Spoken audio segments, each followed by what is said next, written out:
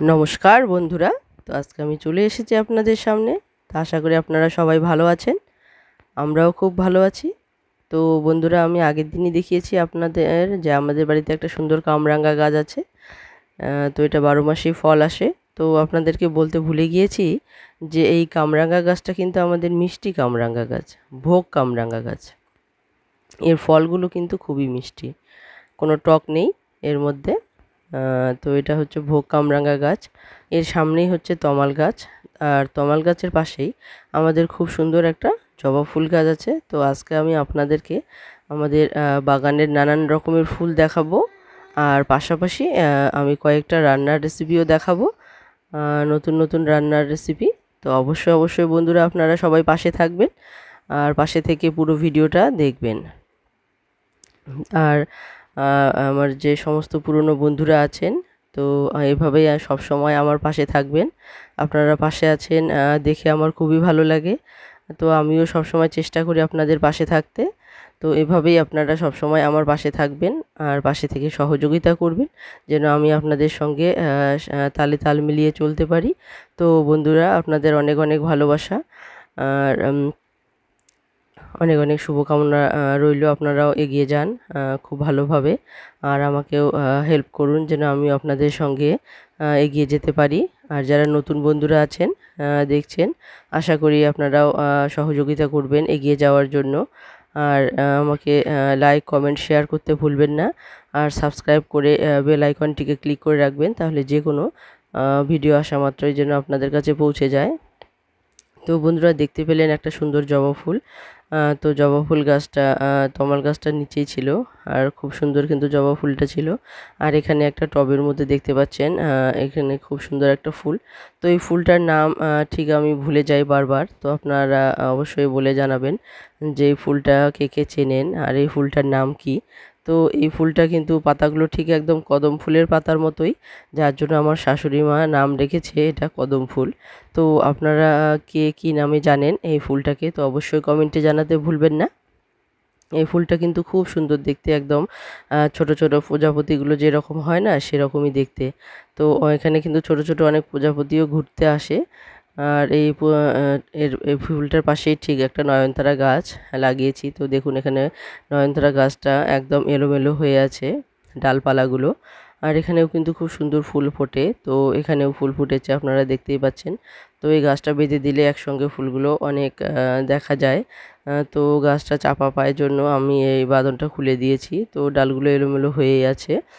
তো এখানে একটা দেখতে পাচ্ছেন সাদা ফুল গাছ। তো এই সাদা ফুল গাছটা একদম যখন বর্ষার শুরুতে, তখন কিন্তু এই ফুলটা এত ফোটে, মানে পুরো গাছ জুড়ে শুধু সাদা ফুলই দেখা যায়, পাতা কম, ফুলই বেশি ভই ভই করে ফুটতে থাকে, দেখতে খুবই সুন্দর লাগে। তো এখন যেহেতু বৃষ্টিটা কম, যার জন্য কিন্তু ফুলটা কম ফুটতে শুরু করেছে। আর এখানে দেখতে পাচ্ছেন ওই সাদা ফুলের গাছের পাশেই কিন্তু একদম একসঙ্গে লাগানো একটা রঙ্গন ফুল। তো রঙ্গন ফুল গাছটা কিন্তু অনেক বড় ছিল, তো ডালগুলো কেটে দেওয়াতে কিন্তু এখানে ফুল একটু কমই এসেছে। তো এই ফুলটাও কিন্তু দেখতে খুব সুন্দর, এর কালারটাও কিন্তু খুব সুন্দর। আর এই ফুলটার পাশে কিন্তু আমাদের একটা বেল গাছ। তো আর বাগানের মধ্যে এখানে দেখতে পাচ্ছেন একটা জবা ফুল গাছ। তো আমাদের বাড়িতে কিন্তু অনেক রকমের জবা আছে, তো সেই জবাগুলো এখনও ফোটেনি। তো বর্ষা হলে কিন্তু সেই জবাগুলো সব ফুটতে শুরু করে, অবশ্যই আপনাদেরকে দেখাবো। তো এখানেও একটা সুন্দর লাল জবা ফুল। তো এরকম আমাদের বাড়িতে অনেক কত রকমের ফুল আছে, ডালপদ্ম আছে, আর একটা ধুতুরা ফুল আছে, একটা খুব সুন্দর ধুতুরা ফুল আছে। তো ফুল গাছটাও কিন্তু খুব বড় হয়, ফুলগুলো খুব বড় হয়, আমি ফুটলে দেখাবো। তো দেখুন এখানে কিন্তু আজকে কি কি রান্নার রেসিপি আমি দেখাবো, তো দেখতেই পাচ্ছেন। তো এই রান্নার রেসিপিগুলো আমি চেষ্টা করব আপনাদেরকে একটু দেখাতে। তো অবশ্যই অবশ্যই পাশে থেকে পুরো ভিডিওটা দেখবেন স্কিপ না করেই। আর এভাবেই বন্ধুরা সব সময় পাশে থাকবেন। আপনারা যে কমেন্ট করেন খুবই ভালো লাগে দেখে যে আপনারা আমার পাশে আছেন। তো আমিও অবশ্যই অবশ্যই চেষ্টা করব সব সময় আপনাদের পাশে থাকতে।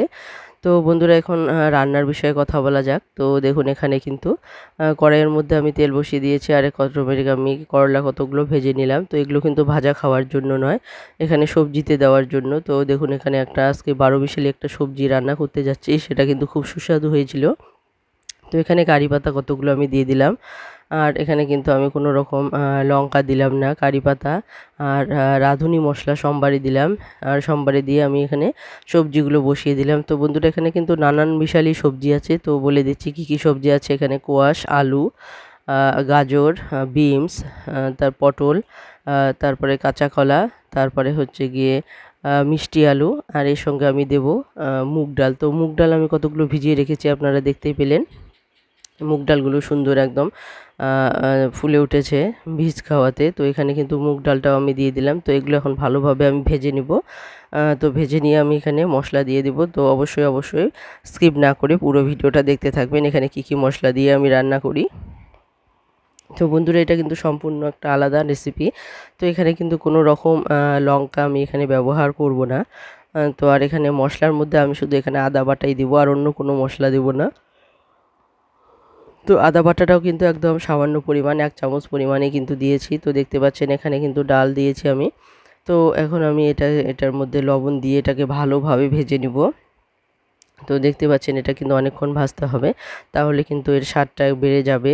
তো এটাকে আমি অনেকক্ষণ ধরেই ভাজবো, আর ভেজে ভেজে এর স্বাদটাকে বাড়িয়ে তুলবো। তো অবশ্যই অবশ্যই বন্ধুরা এই গরমের দিনে এরকম যদি মিশানো সবজি রান্না করা যায়, তাহলে কিন্তু সেটা শরীরের পক্ষে খুবই ভালো, আর খেতেও কিন্তু খুবই ভালো, তো উপকার।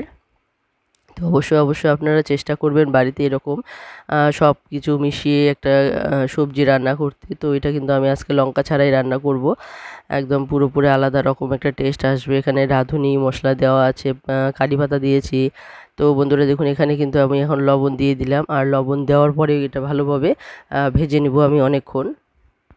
তো এই সবজিটা কিন্তু ভাজতে গিয়ে যে মুগ ডালটা আছে সেটাও কিন্তু অনেকটা ভাজা হয়ে যাবে, আর যেহেতু ভিজ খাওয়ানো ছিল তো সেটাও কিন্তু অনেকটা সেদ্ধ হয়ে যাবে। তো বন্ধুরা দেখুন এখানে কিন্তু এখন আমি এখানে জল দিয়ে দিলাম। তো বন্ধুরা এটা আমি এখানে কিন্তু হলুদ দিয়ে দিয়েছিলাম হালকা পরিমাণ, তো সেটা হয়তো স্কিপ করে গেছে। তো এখানে দেখুন আমি কিন্তু 2 বটি পরিমাণ জল দিয়ে দিয়েছি। তো এটা কিন্তু এই জলের মধ্যে বাকিটা সেদ্ধ হয়ে যাবে। তো এটা আমি এখন ঢাকা দিয়ে রেখে দেবো। তো এইটুকু জলের মধ্যে কিন্তু পুরোপুরি সেদ্ধ হয়ে যাবে। তো এটা একটা আলাদা রকম রেসিপি হতে যাচ্ছে, একদম ঝাল ছাড়াই। কিন্তু রাঁধুনি দিয়ে এটা একটা সুন্দর একটা ঘ্রাণ বেরিয়েছে। জানেনই সবাই রাঁধুনি মশলার কিন্তু আলাদা একটা ঘ্রাণই থাকে। আর রাঁধুনির ঘ্রাণ, তারপরে এখানে কারি পাতা দিয়েছি, তো কারি পাতারও একটা ঘ্রাণ আছে আলাদা।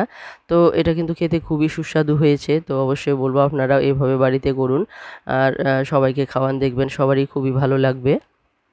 তো এখানে যে করলাগুলো ভেজে রেখেছি, তো করলাগুলো এখন দিয়ে দিলাম। তো করলা দেওয়ার পর কিন্তু বেশি আর জাল করার প্রয়োজন নেই। তো দেখতেই পাচ্ছেন এখানে কিন্তু জলটা অনেক শুকিয়ে আসার পরই কিন্তু করলাগুলো দিয়েছি। তো যেহেতু করলাগুলো ভাজা আছে, তো এটা মোটামুটি সেদ্ধ করাই আছে, তো এটাকে আর কোনো সেদ্ধ করার প্রয়োজন নেই।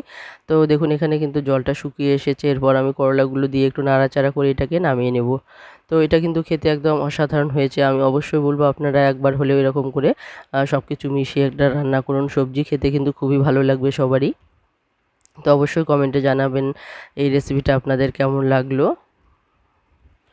তো বন্ধুরা এরপর আমি করতে যাচ্ছি বাটা মাছের ঝাল। তো দেখুন এখানে আমি 2টো আলু নিয়েছি, আর একটা বেগুন নিয়েছি, আর এখানে লঙ্কা, আদা, ধনেপাতা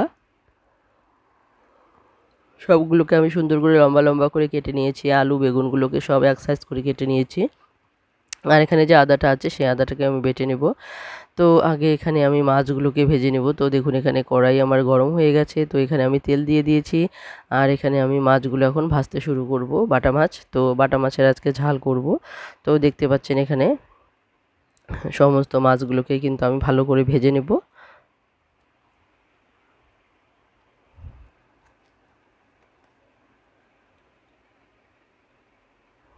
তো দিয়ে দিচ্ছে মাছগুলো। তো মাছগুলো মোটামুটি আমার ভাজা হয়ে গেছে। তো দেখতে পাচ্ছেন এখানে তো মাছগুলো ভাজা হয়ে গেলে আমি এগুলো তুলে নিয়ে মাছের ঝালটা তৈরি করতে যাব। তো বন্ধুরা অবশ্যই অবশ্যই এভাবেই পাশে থেকে সব সময় সহযোগিতা করুন আমাকে, যেন আমিও আপনাদের মতো এগিয়ে যেতে পারি। আর আপনারা যে এভাবে পাশে আছেন এটা দেখে আমার খুবই ভালো লাগে। তো প্রতিদিনই যখন কমেন্ট চেক করতে যাই তো আপনাদেরকে দেখতে পাই, তো দেখে খুবই ভালো লাগে। তো অবশ্যই অবশ্যই বন্ধুরা এইভাবে সবসময় পাশে থাকতে ভুলবেন না। অবশ্যই পাশে থাকবেন। তো দেখুন এখানে কিন্তু আমি মাছগুলো ভাজা হয়ে গেছে, নামিয়ে নিয়েছি। আর এখন বেগুনগুলো ভেজে মাছগুলোর সঙ্গে রেখে দেবো। তো মাছ আর বেগুনটা আমি একসঙ্গেই দেবো। তো দেখুন এখানে বেগুনগুলো কিন্তু সুন্দরভাবে ভাজা হয়ে গেছে।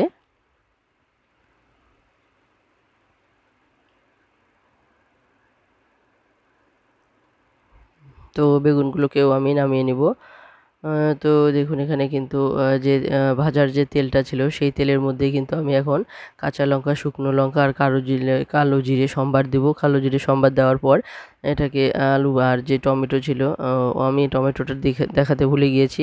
তো এখানে টমেটোটা একটা টমেটো দিয়েছি। তো টমেটো দিয়েও কিন্তু এটা ভালোভাবে ভেজে নেব। তো দেখুন এখানে মাছগুলো আমি রেখে দিয়েছি। তো মাছ আর বেগুন ভাজাটা একসঙ্গে আমি দেবো কিন্তু। তো এখানে আলুর সঙ্গে টমেটো আমি দিয়েছি একটা। তো এই টমেটো আর আলুটা ভালোভাবে ভেজে নেব। তো দেখুন এখানে কিন্তু এখন আমি স্বাদ মতো লবণ দিয়ে দিচ্ছি। তো মানে যে পরিমাণ আমি ঝাল করব, তো সেই ঝালের পরিমাণ মতোই কিন্তু আমি এখানে লবণটা দিয়ে দিলাম। তো লবণ দেওয়ার পর এটাকে একটু ভালোভাবে ভেজে নেব। ভেজে নেওয়ার পর এখানে কিন্তু যে মশলা দেওয়ার সেটা মশলা দিয়ে দিব। তো এখানে হালকা পরিমাণে আমি হলুদও দিয়ে দিলাম। তো হলুদটা দিয়ে আলুটা ভাজলে তো আলুর কালারটাই কিন্তু পুরো চেঞ্জ হয়ে যায়। আর না ভাজলে হলুদ না দিলে পরে কিন্তু এর একটা আলাদা কালার চলে আসে। তো অবশ্যই আপনারা ভাজা করার সময় একটু হলুদ দেবেন। তো এখানে আমি দিয়ে দিলাম যে আদা বাটা, তারপরে হচ্ছে গিয়ে জিরে গুঁড়ো, কাশ্মীরি লঙ্কা গুঁড়ো আর হলুদ গুঁড়ো, হাফ চামচ করে সব দেওয়া ছিল এখানে। তো এটা আমি দিয়ে দিলাম। তো বন্ধুরা দেখুন এখানে কিন্তু কষানো হয়ে গেছে পুরোপুরি, তেল ছাড়তে শুরু করে দিয়েছে। তো এখন আমি এখানে কিন্তু জল দিয়ে দিব। তো আমি যে পরিমাণ ঝাল করব সেই আন্দাজ মতো তো লবণ দিয়েছি, তো সেই অনুযায়ী কিন্তু এখানে আমি জলও দেব। আর জল দিয়ে এটাকে আমি পুরোপুরি জাল দিয়ে ফুটিয়ে নেওয়ার পর কিন্তু এখানে আমি যে মাছ আর বেগুনটা ভেজে রেখেছি তো সেগুলো দিয়ে দিব। তো বন্ধুরা তো অবশ্যই পাশে থেকে পুরো ভিডিওটা দেখবেন। এই মাছ ঝোলের পরে আমি আরেকটা রেসিপি দেখাতে যাচ্ছি, তো সেটাও থাকবে। তো অবশ্যই স্কিপ না করে পুরো ভিডিওটা দেখবেন। আর বন্ধুরা যারা আছেন, আপনাদের কমেন্ট দেখে তো খুবই ভালো লাগে। তো পাশাপাশি আপনারা কিন্তু লাইক করতেও ভুলবেন না। তো লাইক কমেন্ট করবেন আর শেয়ার করতেও ভুলবেন না। তো অবশ্যই আপনাদের বন্ধুদের কাছেও শেয়ার করে দেবেন।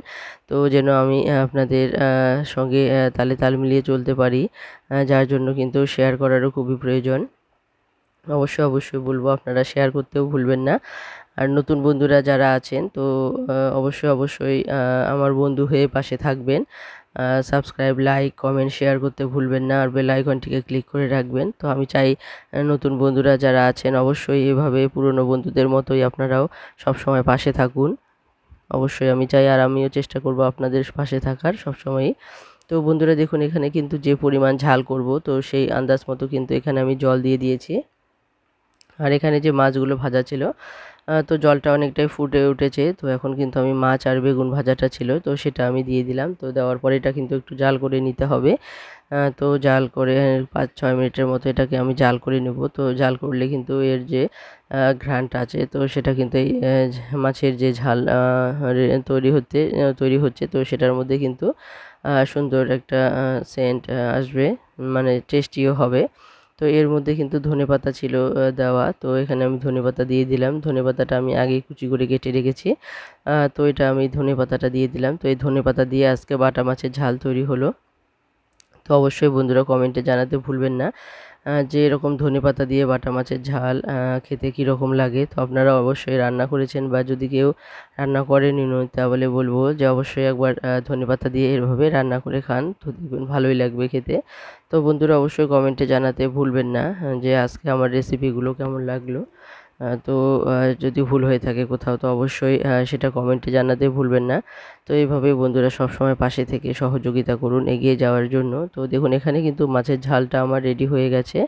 তো এটা আমি আর বেশিক্ষণ জাল করব না। তো এখন আমি এটা নামিয়ে নেব। তো ধনেপাতা দেওয়ার পরেও কিন্তু আমি 2-3 মিনিট জাল করে নিয়েছি। তো এটা আমি দেখুন এখন নামিয়ে নিয়েছি। তো বন্ধুরা আমি দেখিয়েছিলাম আজকে আমের চাটনি। তো আজকে কিন্তু এটা আচার নয়, এটা আমি চাটনি বানিয়েছি। তো দেখতে পাচ্ছেন এখানে কিন্তু আমের চাটনিটা খুবই সুন্দর হয়েছে। তো এটা কিন্তু খেতেও খুবই সুন্দর হয়েছে, অসাধারণ হয়েছে খেতে।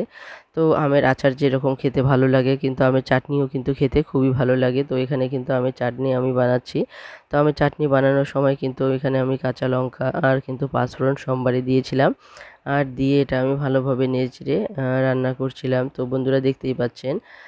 তো এই চাটনির কালারটা কিন্তু খুবই সুন্দর হয়েছে, অসাধারণ হয়েছে। তো অবশ্যই বলবো যে গরমের দিনে কিন্তু টক খাওয়া বেশ শরীরের পক্ষে উপকার। তো অবশ্যই আপনারা প্রতিদিন একটু করে হলেও এরকম আমের আচার, এখন আমের সিজন, যেহেতু আমের আচার বা আমের টক দিয়ে খেতেই পারেন।